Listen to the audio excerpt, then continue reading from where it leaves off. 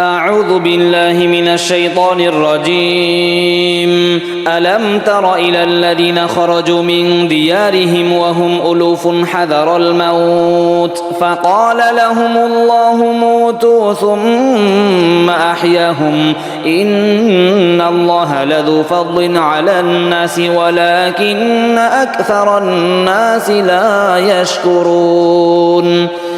وقاتلوا في سبيل الله واعلموا أن الله سميع عليم. من ذا الذي يقرض الله قرضا حسنا فيضاعفه له أضعافا كثيرة والله يقبض ويبسط وإليه ترجعون. ألم تر إلى الملأ من بني إسرائيل من بعد موسى إذ قالوا لنبي له مبعث لنا ملكا نقاتل في سبيل الله قال هل عسيتم إن كتب عليكم القتال ألا تقاتلوا قالوا وما لنا ألا نقاتل في سبيل الله وقد أخرجنا من ديارنا وأبنائنا فلما كتب عليهم القتال تولوا إلا قليلا منهم